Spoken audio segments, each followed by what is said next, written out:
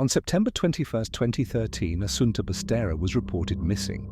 Tragically, her body was discovered in a forest within 24 hours. The investigation that followed uncovered a tangled web of lies, a troubled marriage, and a dark plot that had been developing for months. Asunta Yongfang Basterra Porto was born on September 30, 2000 in China. At just 9 months old, she was adopted by Rosario Porto and Alfonso Basterra, a wealthy couple from Spain. Asunta was an exceptionally gifted child, showing remarkable abilities in languages, ballet, violin, and piano, far beyond what one would expect for her age. However, the high expectations from her adoptive parents created a significant amount of pressure on Asunta throughout her childhood. Although she appeared to lead a perfect life filled with academic achievements and artistic endeavors, there was a hidden tension that ultimately led to her tragic fate. The story of Asunta's life and death revealed that beneath her extraordinary talents, darker issues were brewing. While Asunta thrived in public, her family life was deteriorating behind closed doors. A shocking incident in July 2013 raised serious concerns about her safety at home. Why did her mother choose not to report this alarming event to the authorities? The year 2013 proved to be a turning point for the Porto Basterra family. On January 5, Alfonso Basterra discovered his wife Rosario Porto's affair, which began to unravel their seemingly perfect life. The couple's marriage, which appeared stable on the outside, quickly fell apart. By February 14, their divorce was finalized by mutual consent, marking a rapid end to their union. Despite their divorce, Porto and Basterra made a strange decision to continue living close to each other for the sake of their daughter, Asunta. While they claimed it was for her benefit, this arrangement created a complicated and possibly confusing environment for the young girl, leading to speculation about how it affected Asunta's emotional well-being. In July 2013, a disturbing incident occurred when a man reportedly attempted to strangle Asunta in her room. This shocking event became even more concerning when Rosario Porto chose not to report it to the police, raising intense questions about her motivations and possible involvement in her daughter's fate. Asunta, clearly shaken by the attempted strangulation, confided in her friends about what happened. This highlights a troubling lack of communication and support within her family, as the child felt the need to seek help from her peers rather than from her parents or other adults. The failure to address this incident would become a silent precursor to the tragedy that followed. Further complicating Asunta's home life, her teachers noticed a troubling pattern in her behavior in the months leading up to her death. They reported that Asunta had been given a bitter-tasting white powder that made her extremely tired, which she believed was from her mother. These observations raised serious questions about the care she was receiving at home and the potential dangers she faced. Rosario Porto's declining mental health during this time added another layer of complexity to the situation. Suffering from lupus and experiencing depressive episodes, Porto's struggles may have influenced her actions and decisions regarding Asunta. The contrast between her public persona as a successful lawyer and the chaos of her family life suggests that she was hiding deeper issues. The incident where a man allegedly tried to strangle Asunta sparked various interpretations. Some believe it was fabricated by Porto, while others see it as a foreshadowing of the tragic events to come. Regardless of its true nature, the incident and Porto's reaction indicated a breakdown in the systems that should have protected Asunta. As more details of Asunta's home life emerged, they painted a picture at odds with her public image as a talented and successful child. The hidden tensions within the family, the complexities of her parents' relationship, and the troubling unreported incidents contributed to an environment that ultimately became dangerous. The image of a thriving child prodigy masked a disturbing reality. In the months leading to her death, Asunta's behavior at school changed dramatically. Teachers observed her showing signs of severe disorientation, particularly during a music class where she seemed half asleep and struggled to walk properly, a stark contrast to her usual lively demeanor. These episodes of fatigue and dizziness were not isolated. Multiple teachers noted a pattern of concerning behavior, indicating that something was seriously wrong in Asunta's life. Her inability to concentrate in class, which was uncharacteristic for such a bright student, became a recurring issue. The vibrant and engaged child was now appearing withdrawn and lethargic, raising alarming questions that would only be answered in the tragic aftermath of her death. The coroner's report would later reveal a horrifying truth. On the day of her death, Asunta had taken at least 27 lorazepam pills. This amount was over 9 times the high dosage for an adult, shocking given Asunta's small size. This extreme overdose shed new light on the troubling symptoms her teachers had observed in the preceding months. Further investigation revealed that Asunta had been periodically drugged with lorazepam for about 3 months before her death. This systematic poisoning explains the sudden and dramatic shifts in her behavior and physical condition. The drug, usually prescribed for anxiety and insomnia, was given in doses that kept Asunta in a constant state of sedation. The reasons behind this prolonged drugging remain a topic of intense speculation. Some theories suggest it was an attempt to manage the pressures Asunta faced as a gifted child, while others propose more sinister motives, questioning whether it was a deliberate attempt to control or harm her. Rosario Porto's mental health struggles add further complexity to the situation. Her history of depression and anxiety, which had previously led to hospitalization, may have influenced her decision to drug Asunta. However, this explanation does not justify the dangerous levels of medication given to the child. The failure to recognize and address these warning signs raises serious concerns about the oversight of Asunta's well-being. Despite the obvious changes in her behavior and physical state, no significant intervention occurred. Although teachers noted their concerns, they did not escalate the matter to authorities or child protection services, allowing the dangerous situation to worsen until it culminated in tragedy. Asunta's best friend later revealed that Asunta had confided about the attempted strangulation incident. This highlights a troubling pattern of secrecy and neglect regarding Asunta's welfare. It's concerning that a child felt she had to share such a traumatic experience with a peer instead of receiving support and protection from adults, underscoring systemic failures that contributed to this tragedy. The case of Asunta Basterra serves as a reminder of the importance of recognizing and acting upon warning signs of child abuse and neglect. The numerous red flags, from her sudden academic struggles to her physical symptoms of sedation, should have prompted immediate action. Instead, they were observed but ignored, allowing a dangerous situation to persist and ultimately lead to tragedy. As the evening of September 21, 2013 approached, no one could have anticipated the intricate web of lies that would soon entangle investigators. How did a seemingly simple timeline become crucial in unraveling the truth behind Asunta's disappearance? The fateful events of that night began at 10:17 p.m. when Rosario Porto and Alfonso Basterra reported Asunta missing. They claimed that she had been at home working on homework while Porto visited their country house. However, this ordinary narrative quickly fell apart as investigators uncovered the true sequence of events. Rosario Porto's initial statement painted a picture of normalcy. She claimed to have left Asunta at home around 7 p.m. and returned at 9:30 p.m. to find her daughter missing.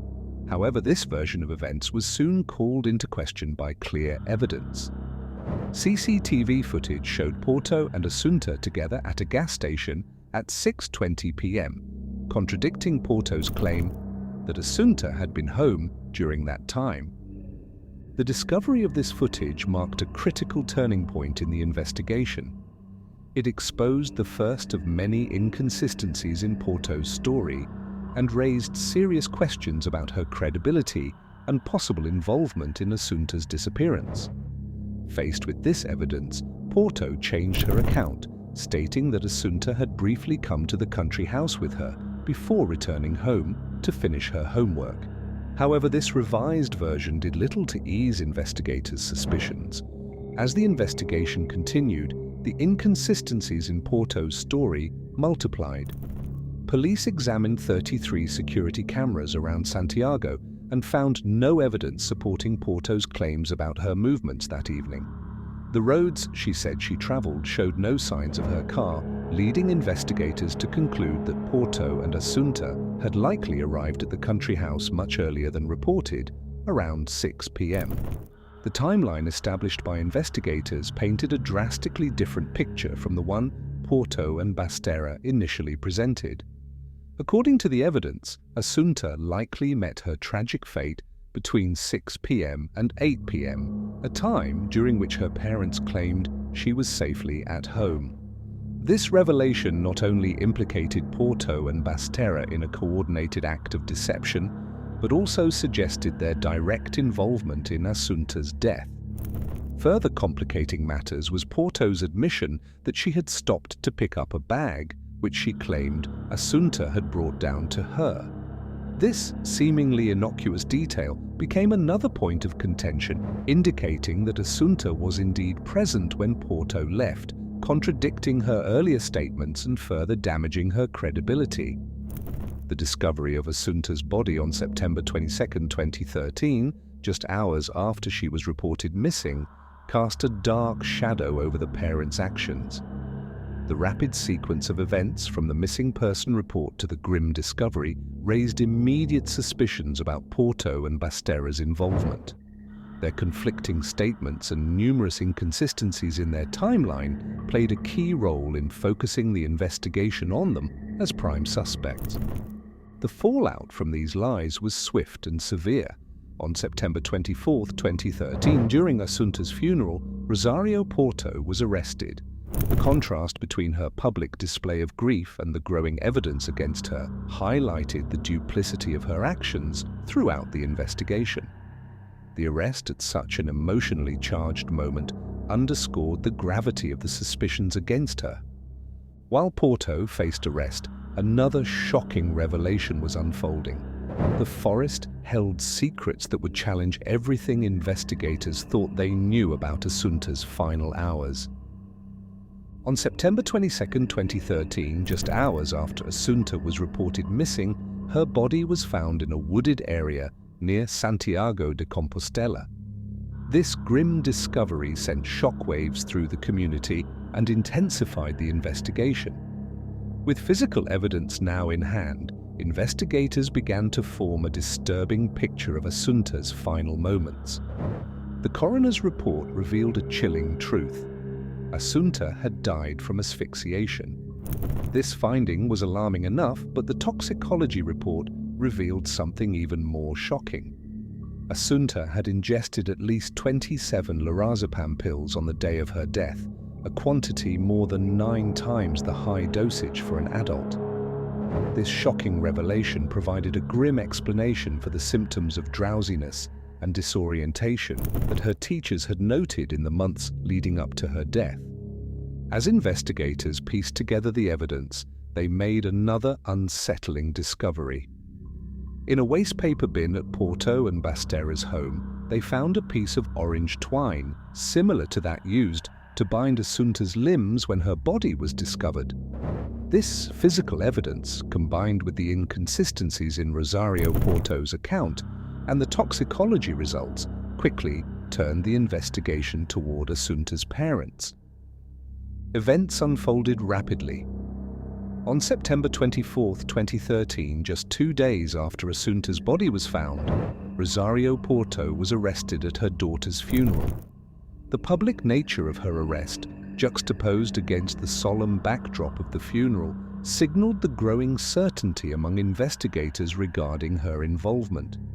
The next day, Alfonso Basterra was also taken into custody, as authorities believed he was complicit in the murder, despite a lack of direct physical evidence linking him to the crime. The swift arrests of Rosario Porto and Alfonso Basterra set the stage for what many expected to be a straightforward case. However, as the trial began, it became clear that nothing about the Asunta Basterra case would be simple. How would the justice system navigate a case where the accused maintained their innocence in the face of overwhelming evidence? The trial, which commenced on September 29, 2015, captivated Spain with extensive media coverage. Despite the circumstantial evidence against them, prosecutors faced significant challenges in establishing a clear motive for the crime. Various theories arose, ranging from financial gain through inheritance to parental frustration over the pressure Asunta faced as a gifted child. The absence of a definitive motive added complexity to an already perplexing case. After 4 days of deliberation, the jury reached a verdict on October 30, 2015. Both Rosario Porto and Alfonso Basterra were found guilty of aggravated murder and sentenced to 18 years in prison. The jury concluded that both parents had repeatedly supplied Asunta with lorazepam, contributing to their conviction. However, the High Court of Justice of Galicia later clarified that it could not be proven that Basterra was present in the car during the events leading to Asunta's death, though his conviction for planning and collaboration in the murder was upheld. While it seemed justice had been served, the Asunta Basterra case was far from over. In the years following, unexpected events forced Spain to confront uncomfortable truths about family dynamics, adoption, and the hidden dangers behind seemingly perfect facades. The case left a significant mark on Spanish society, sparking intense debates about adoption, parental pressure, and the potential for hidden abuse within families. The tragedy gained further attention through media representations, including a Netflix series titled The Asunta Case, which premiered in April 2024. This dramatization of the events surrounding Asunta's murder and the subsequent trial reignited public interest and discussions about the ethics of reporting on sensitive cases involving minors. In November 2020, the case took a tragic turn when Rosario Porto died by suicide in prison. Her death added another layer of complexity to an already intricate narrative, intensifying discussions about mental health and the psychological toll of incarceration, especially in high-profile cases. The absence of a clear motive for Asunta's murder continues to fuel speculation and debate, leaving many unanswered questions about the dynamics within the Basterra-Porto family. Reflecting on Asunta's tragically short life reminds us of the immense potential that was cut short. Her remarkable talents in languages, music, and academics painted a picture of a bright future. Yet beneath this facade of excellence lay a complex and ultimately devastating family dynamic. Asunta's case serves as a stark reminder of the importance of recognizing warning signs in children. The observations made by her teachers regarding her drowsiness and distress, combined with her own confessions to friends, were crucial red flags that went unaddressed. This tragedy emphasizes the need for vigilance and intervention when children show signs of distress. The thin line between appearance and reality in family dynamics is painfully evident in Asunta's story. It challenges us to look beyond surface-level perceptions and consider the hidden struggles that may exist behind seemingly perfect facades.